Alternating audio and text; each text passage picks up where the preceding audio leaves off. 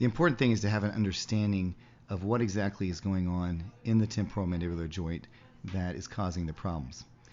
Here we'll look at a side view of the mandible and the upper jaw and the orbit as it's being drawn, but the area we want to focus on is the temporomandibular joint, the TMJ.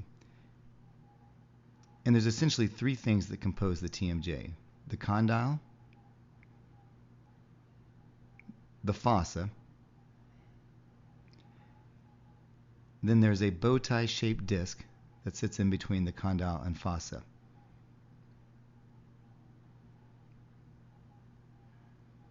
Now our jaw hinges around a central axis point that allows us to open and close in small movements. But if we want to open up larger, our jaw slides forward, allowing our jaw to hinge and then slide slightly forward in order to open our jaw wider. The entire time this is going on, the top portion of the condyle and the concave portion of the disc stay in contact with each other.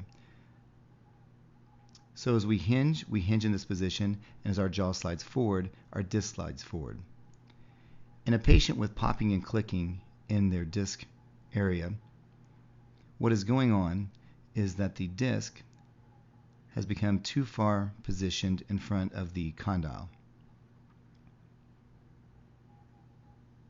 Remembering, as we hinge our joint around a central axis point, and the top portion of the condyle and the concave portion of the disc want to stay in contact, in order for those two green areas to meet, you have to pop over the back of the disc, which is made out of fibrocartilage, thus making the popping and clicking noise associated with many temporomandibular joint disorders.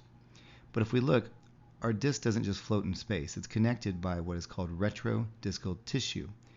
The important thing is the retrodiscal tissue is where all the blood supply and the nerve innervation comes.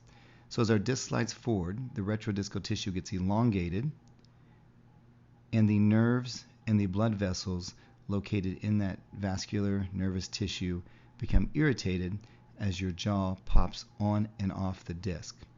This creates edema and swelling within the retrodiscal tissue, thus making it more difficult for the disc to go back into its position. The idea behind a splint is to increase the space between the fossa and the condyle to allow the disc to slide back into its proper position.